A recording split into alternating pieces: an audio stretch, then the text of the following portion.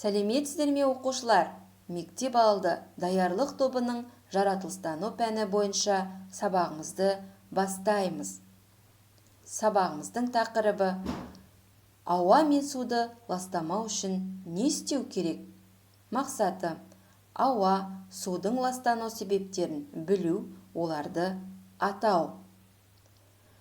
Тірек сөздер: ауа, воздух, air, су, вода, water. Өсімдік, жануар, адам, су, ауа, табиғат барлығы бір-бірімен өте тығыз байланысты екен балалар.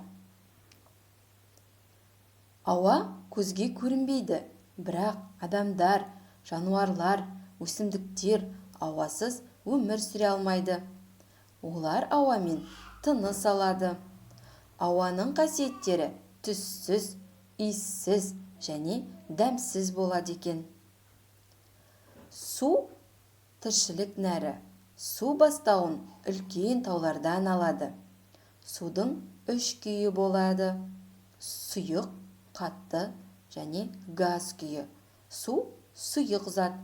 Күн салқындағанда су қатып мұзға айналады. Мұз судың қатты күйі екен. Ал шайнек қайнағанда ішіндегі су бу болып ұшып кетеді. Бу судың газ түрі.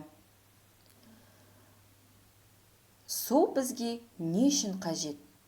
Сурет бойынша әңгіме құрастырыңдар. Су бізге тек ішу үшін ғана емес, тамақ пісіруге, жуынып шайынуға, әртүрлі тұрмыстық заттарды тазалауға керек. Жағалауда шомылуға қажет. Бірде-бір тірі ағзалар сусыз өмір сүре алмайды. Өсімдіктер де су арқылы өседі.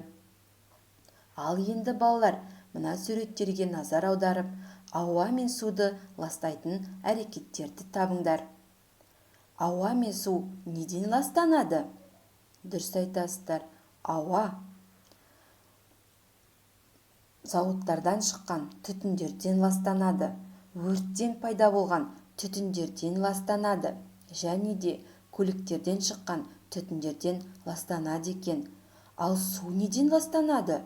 Су қоқыстар мен қалдық заттардың суға тасталуынан ластанады.